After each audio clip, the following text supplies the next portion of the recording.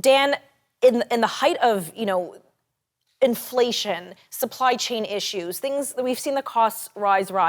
Why would the federal government do something like this at this point? Doctrinaire. They believe that the world is coming to an end. They're on this climate agenda and nothing is going to get in their way. Not you, not I, and our ability to make ends meet. Not the fact that the world could use a lot more Canadian oil and gas, especially now. They don't care that countries like the United States are on bended knee to places like Venezuela, Iran, Saudi Arabia, shady characters, and even Russia. The United States still imports 800,000 barrels a day. This government in Canada is all about wokery. It's all about pushing this climate agenda to the detriment of the nation, and they don't care. And of course, they don't have to care. They've now jumped in bed with the NDP, who's decided that they want to be exactly like them. For all intents and purposes, those two parties should merge and put an end to the charade and protect themselves from what is going to be an onslaught of pretty angry constituents who, unfortunately, didn't take our advice, didn't take the advice of my warnings as an 18-year veteran of the Liberal Party, that this party was going to steer you off an inflationary cliff, the likes of which this country has never experienced in our lifetime. My goodness. Okay, so, obviously that's a federal mandate, if you will, but we've had some provincial pushback, or I've heard recently that certain provinces, I know Alberta passed it, that they're giving like a gas tax holiday just to kind of take the edge off for consumers. Is that a good policy option? And why, again, could this have just not been defeated? I know a lot of people said, we're going to be against the carbon tax, but it doesn't seem anything happened.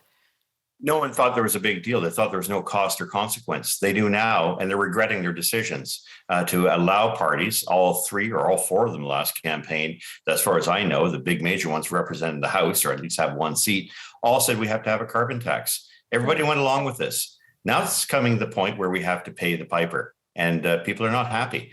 But you have to be very careful and read between the lines. The politicians don't care. They're all about pushing, demagoguery and trying to outdo each other on the green front. The reality is that there's a far more serious problem in the world today. It is an energy crisis. It is self-made here in Canada. We've decided to disinvest in the fossil fuel industry. We've decided to walk away from the very thing the world needs more of. We've decided to shut down pipelines that could have provided more oil to the rest of the world at precisely the time in which it needs it.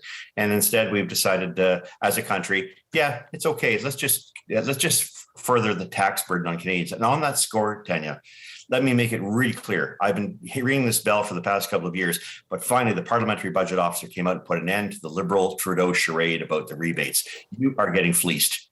60 to 80% over the next couple of years will get far less than what they get in terms of rebates. And so if Canadians are good with a good fleecing, well, then, of course, they deserve what they're going to get. But I don't think this is what Canadians signed up for. I think we need election in this country really soon. Maybe Mr. Singh could find a bit of a spine and decide to bring this government down and put it to the test. Wow, some very, very firm words. But, you talk about Canadians getting fleeced. I feel like I'm getting fleeced. Now, I was never for this carbon tax. I don't know why any Canadian would be for any new taxes, to be quite frank.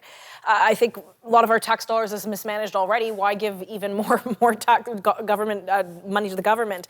So with these tax holidays, are those just Band-Aids? Is that a good policy direction? I think it's the only policy direction provincial governments can take as a means of at least providing some modicum of support for Canadians. And I begrudgingly recognize Alberta had to do it by getting rid of 13 cents. The only taxes on gasoline in Alberta are in fact the ones imposed by the federal government, the excise tax, the carbon tax, and the GST over and above that.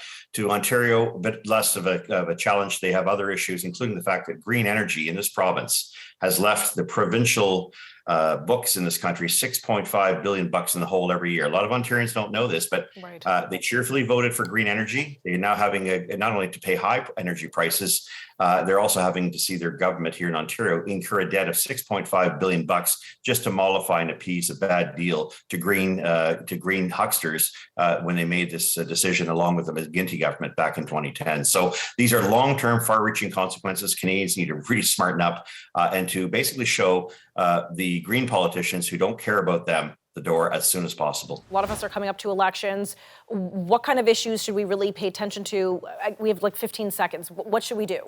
Issues. It's all about being able to make ends meet. In a country like Canada, with an abundance of energy, we shouldn't be in this position. We should be providing more energy, not less, to the rest of the world. If someone wants to stand in the way, then I suggest that they stand aside. It's time to defeat politicians who push for this stuff and enable elites in this country to basically drive this country into a financial ground.